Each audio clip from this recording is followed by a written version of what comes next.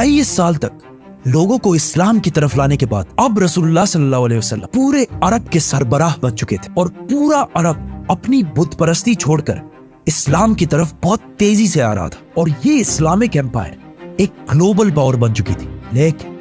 इसका मतलब ये भी था कि अब मोहम्मद सल्लल्लाहु अलैहि वसल्लम की जिंदगी का मिशन कंप्लीट होने वाला था। अरब फतह करने के बाद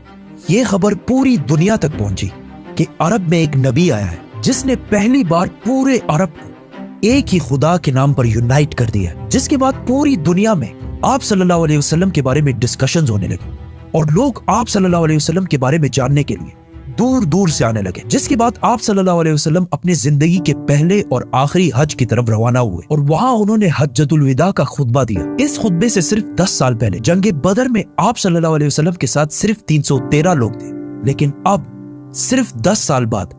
आप सल्लल्लाहु अलैहि वसल्लम के सामने 1 लाख से भी ज्यादा लोग खड़े थे, जिनमें हर रेस, व्हाइट, ब्राउन, ब्लैक सब खड़े थे। और वहां आप सल्लल्लाहु अलैहि वसल्लम ने दुनिया में सबसे पहले रेसिज्म को खत्म करने का हुक्म दिया और कहा कि किसी व्हाइट को किसी ब्लैक और किसी अरबी को किसी अजमी पर कोई फोकियत नहीं, और औरतों के हुकूक पर भी बात की। आप सल्लल्लाहु अलैहि वसल्लम ने उस दिन जो बातें की उनमें से कुछ आज भी यूएन चार्टर का हिस्सा है। इस खुतबे के आखिर में वहां खड़े सारे लोगों ने गवाही दी कि आप सल्लल्लाहु अलैहि वसल्लम ने दुनिया के आखिरी पैगंबर होने का हक अदा कर दिया है। हज करने के बाद आप सल्लल्लाहु अलैहि वसल्लम मक्का से मदीना की तरफ रवाना हुए। रास्ते में आप सल्लल्लाहु अलैहि वसल्लम ने मुसलमानों के इस पूरे काफिले को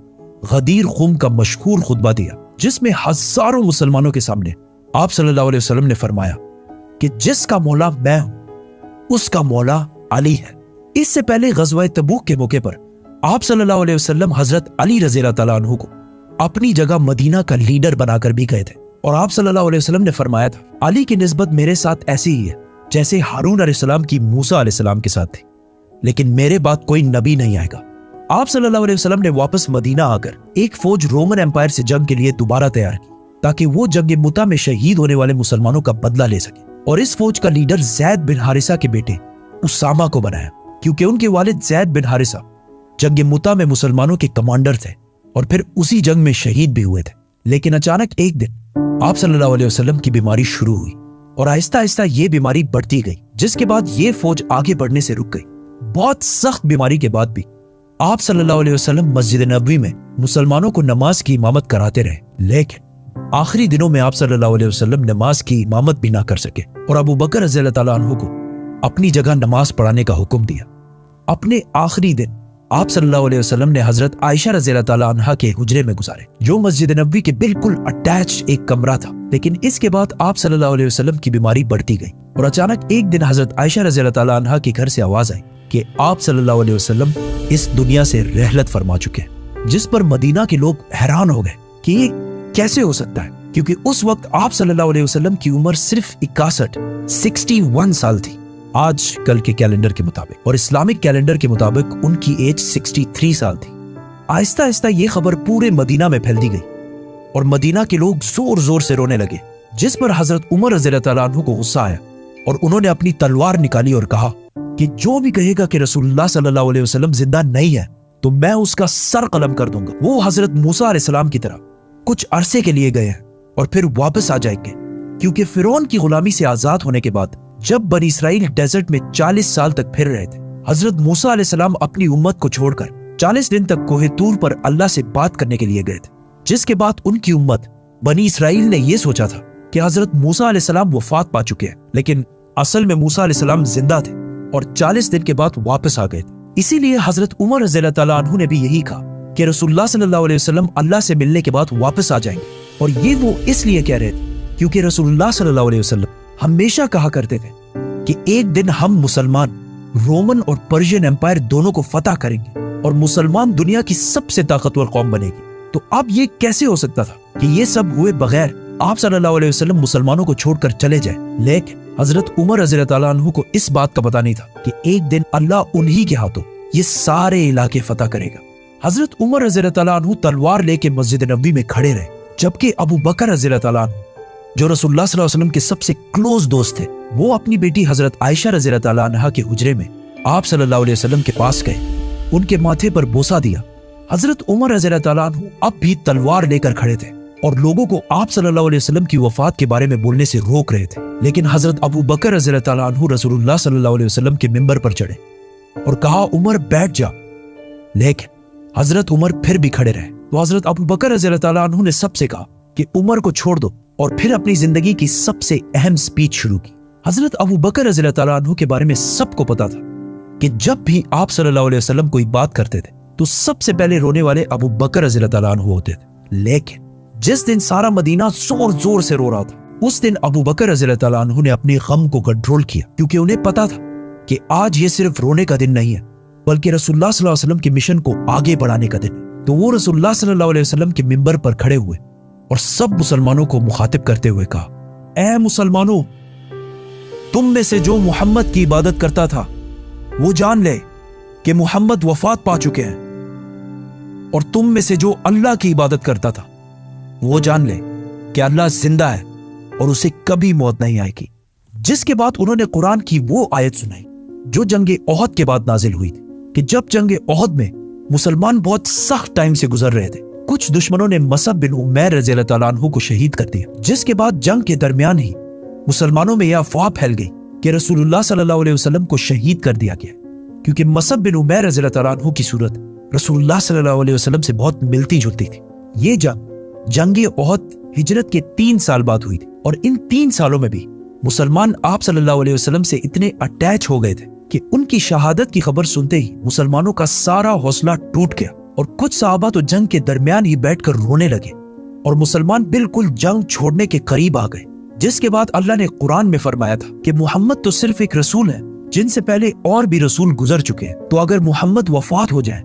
और या उन्हें शहीद कर दिया जाए तो क्या तुम इस्लाम से पीछे हट जाओगे? जैसे ही अबू बकर रज़ियल्लाहु ताला अन्हु ने ये आयत मुसलमानों के सामने तिलावत की, हजरत उमर जो बॉडी से बहुत मजबूत और ताकतवर शख्स थे, वो बिल्कुल जमीन पर गिर गए, और सहाबा ने बाद में कहा कि ये ऐसे था कि जैसे हमने पहली दफा ये आयत सुनी हो। हजरत अबू बकर रज़ियल्लाहु ताला अन्हु के समझाने के बाद मुसलमानों को आहिस्ता आहिस्ता समझ आने लगी कि वाकई रसूलुल्लाह सल्लल्लाहु अलैहि वसल्लम इस दुनिया से रहलत फरमा चुके हैं। लेकिन अब जब सारे मस्जिद नबवी में मौजूद थे, तो अचानक कुछ लोगों ने आके बताया कि मदीना के अंसार रसूलुल्लाह सल्लल्लाहु अलैहि वसल्लम के बाद अपना नया लीडर चूज करने वाले हैं। तो हजरत अबू बकर, उमर और हजरत अबू उबैदा रज़ियल्लाहु ताला अन्हु सीधा उस मीटिंग की तरफ बढ़े, जहां उन्होंने देखा कि मदीना के काफी अंसार हजरत साद बिन उबादा रज़ियल्लाहु ताला अन्हु को बैत देने वाले हैं, क्योंकि साद बिन उबादा मदीना के सबसे बड़े कबीले खजरज के सरदार थे, और इस इस्लामिक एम्पायर का कैपिटल मदीना था, तो इसीलिए लोग नेचुरली उन्हीं को नेक्स्ट लीडर समझ रहे थे। लेकिन अचानक हजरत अबू बकर और उमर वहां पहुंचे और वहां सारों को समझाने की कोशिश की कि ये अब वही पुरानी मदीना की छोटी सी हुकूमत नहीं रही, बल्कि ये अब पूरे अरब की हुकूमत है, और अरब कुरैश के अलावा किसी को भी अपना लीडर नहीं माने, क्योंकि कुरैश अरब के सबसे इंपॉर्टेंट शहर मक्का के रहने वाले लोग, जिनकी पूरा अरब बहुत इज्जत किया करता था, क्योंकि मक्का में अरब की सबसे होली साइट काबा है, और बहुत साल पहले अब्रहा के 60,000 के लश्कर को एक मिरेकल से हराने के बाद उनकी अरब में बहुत इज्जत बच चुकी थी, और अब मोहम्मद सल्लल्लाहु अलैहि वसल्लम भी इसी कुरैश कबीले में से थे, विच मींस अब कुरैश ही अरब को यूनाइट रख सकता था, और वहां खड़े सारे लोगों ने इनकी बात से एग्री भी किया। जिसके बाद लोगों ने साद बिन उबादा रज़ियल्लाहु ताला अन्हु को बैत देना छोड़ दी। लेकिन ये बहस फिर भी जारी रही कि कौन आप सल्लल्लाहु अलैहि वसल्लम के बाद इस इतनी बड़ी एम्पायर को संभालेगा। आखिर हजरत अबू बकर रज़ियल्लाहु ताला अन्हु ने उन्हें कहा कि हमें उमर या अबू उबैदा में से एक को अपना खलीफा चूज कर लेना चाहिए। लेकिन उमर रज़ियल्लाहु ताला अन्हु ने हजरत अबू बकर के हाथ पर बैत कर ली और कहा, आपसे बेहतर इस पोस्ट के लिए कोई भी नहीं है, और उन्हीं को खलीफा डिक्लेयर कर दी। अब तक इस महफिल में जितने भी नाम लिए गए,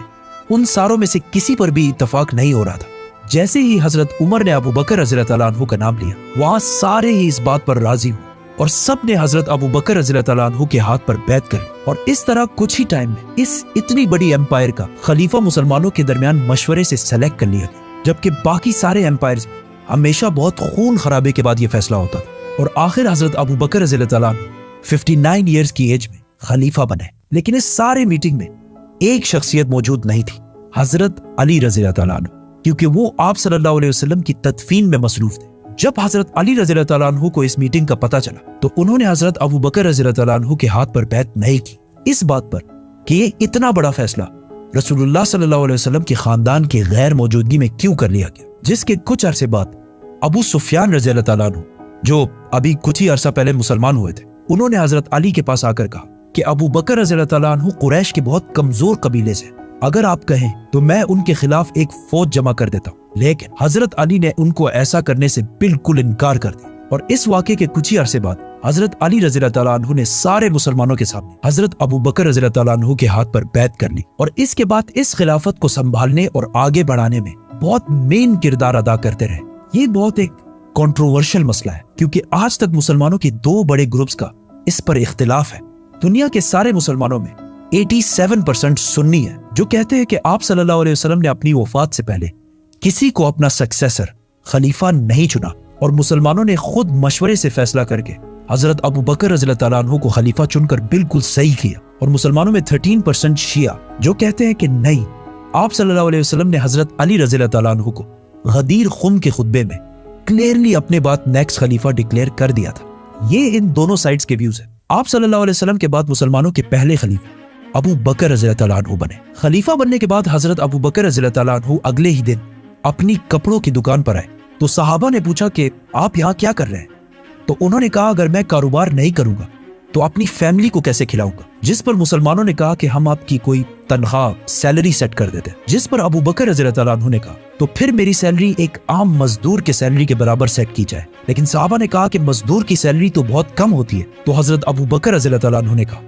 तो फिर मजदूर की सैलरी को बढ़ाया जाए। और इस तरह इन प्रिंसिपल्स पर अब इस्लाम की पहली खिलाफत राशिदा शुरू हुई। अबू बकर रज़ियल्लाहु ताला अन्हु ने खलीफा बनते ही सबसे पहले वो फौज रवाना की जो आप सल्लल्लाहु अलैहि वसल्लम की बीमारी की वजह से रुक गई और बाकी सारे कामों को भी उसी तरह कंटिन्यू रखा जिस तरह पहले हुआ करते थे। लेकिन ये कोई आसान काम नहीं था क्योंकि अब तक मुसलमानों में बहुत सारे मुनाफिकीन शामिल थे और वो इससे पहले सिर्फ इसलिए चुप रहते थे क्योंकि रसूलुल्लाह सल्लल्लाहु अलैहि वसल्लम अल्लाह के रसूल थे और उन्हें जिब्राइल की तरफ से बहुत सारी बातों का पहले से पता चल जाता। लेकिन अब लोगों में ये कॉन्फिडेंस आ गया कि अब जब रसूलुल्लाह सल्लल्लाहु अलैहि वसल्लम नहीं है तो हम ज़कात भी नहीं देंगे क्योंकि मुनाफिकों के लिए अपने माल में से पैसा देना बहुत मुश्किल काम होता है। एंड नॉट ओनली दैट, कुछ लोगों ने आप सल्लल्लाहु अलैहि वसल्लम की इतनी अजीम कामयाबी देखकर इसे कॉपी करने की कोशिश की और नबूवत का झूठा दावा कर दिया, जिनमें से एक का नाम था मुसैलमा कज़्ज़ाब।